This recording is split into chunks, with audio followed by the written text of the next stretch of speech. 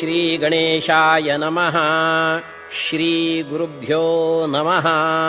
श्रीलक्ष्मीनृसिंहाय नमः। हरिः ओम्। उदयरविसहस्रद्योतितम् रोक्षवीक्षम् प्रलयजलधिनादम् कल्पकृद्वह्निवक्त्रम् सुरपतिरिपुवक्षश्छेदरक्तोक्षिताङ्गम् प्रणतभयहरम् तम् नारसिंहम् नमामि। प्रलयविकराळाकाररुक्चक्रवाळम् विरलय दुरुरोचिरोचिताशान्तराळ प्रतिभयतमकोपात्युत्कटोच्चाटहासिन् दह दह नरसिंहा सह्यवीर्याहितम् मे।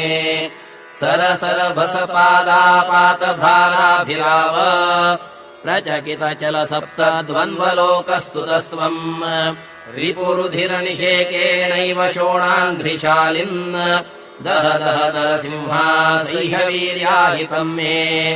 तव घन घन घोषो घोरमाघ्राय जङ्घा परिघमलघुमूरो व्याजतेजो गिरिम् च घन विघटितमागाद्दैत्यजङ्घालसङ्घो दह दह नरसिंहा सह्यवीर्याहितम् मे।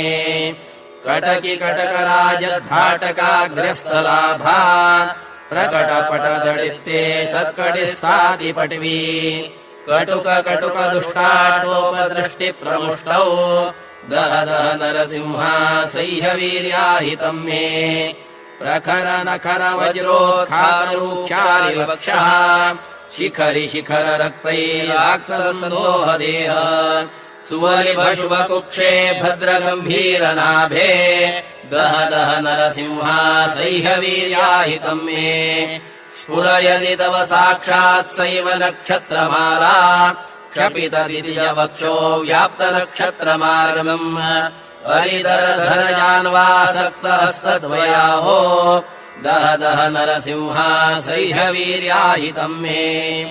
कटुविकटशतो घोद्घट्टनाद्भ्रष्टभूयो घनपटलविशालाकाशलब्धावकाशम् करपरिघविमर्द प्रोद्यमम् ध्यायतस्ते दह दह नरसिंहा सह्यवीर्याहितम् मे।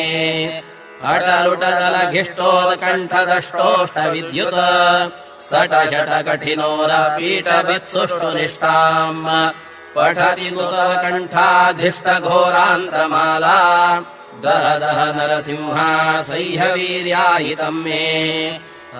बहुमिहिराभासय्यसंहाररंहो हुतवः बहुहेति रेषिकानन्तहेति अहितविहितमोहम् संवहन् संयमास्यम् दह दह नरसिंहा सह्यवीर्याहितम् मे।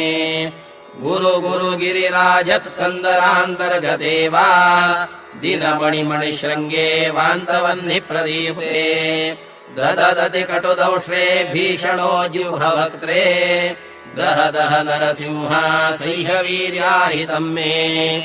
अधरित विबुधाब्धिध्यानधैर्यम् विदीध्यत विविध विबुधधीश धापितेन्द्रारिनाशम् विदधति कटाहोद्घट्टने धाटहासम् दह दह नरसिंहा सह्यवीर्याहितम् मे। त्रिभुवन तृणमात्रत्राणतृष्णन्तु नेत्र त्रयमतिलघितार्जिर्विष्टपाविष्टपादम् नवतररविताम्रम् धारयन् रूक्षवीक्षम् दह दह नरसिंहा सह्यवीर्याहितम् मे। भ्रमद विभव भूभ्रद भूरिभो भारसद्भिः विदभिनव विदभ्रो विभ्रमादभ्रशुभ्र रिपुभव भयभेतर्भासि भो भो विभोभिः दह दह नरसिंहा सह्यवीर्याहितम् मे।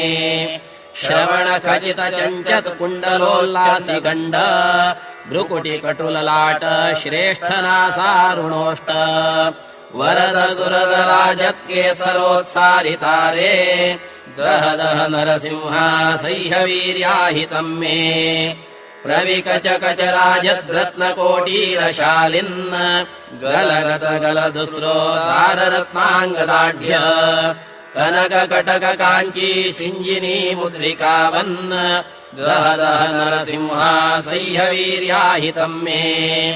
हरिदरमसि खेटौ चापबाणे गदांसन् मुसलमपि दधानम् पाशमप्यङ्कुशौ च करयुगलधृतान्त्रस्रग्विभिन्नानि वक्षो दह दह नरसिंहा सह्यवीर्याहितम् मे चट चट चट दूरम् मोहय भ्रामयारीन् कडि कडि कडिकायम् ज्वारय स्फोटयस्व जहि जहि जहि वेगम् शात्रवंसानुबन्धम् दह दह नरसिंहा सह्यवीर्याहितम् मे विधिभव विबुधेश भ्रामकाग्निस्फुलिङ्ग रसविविकटदंष्ट्रो जिह्ववक्त्र त्रिनेत्र कल कल कल कामम् पाहि माम् ते सुभक्तम् दह दह नरसिंहा सह्यवीर्याहितम् मे कुरु कुरु करुणान्ताम् साङ्कुलाम् दैत्यपोते दिश दिश विशदामे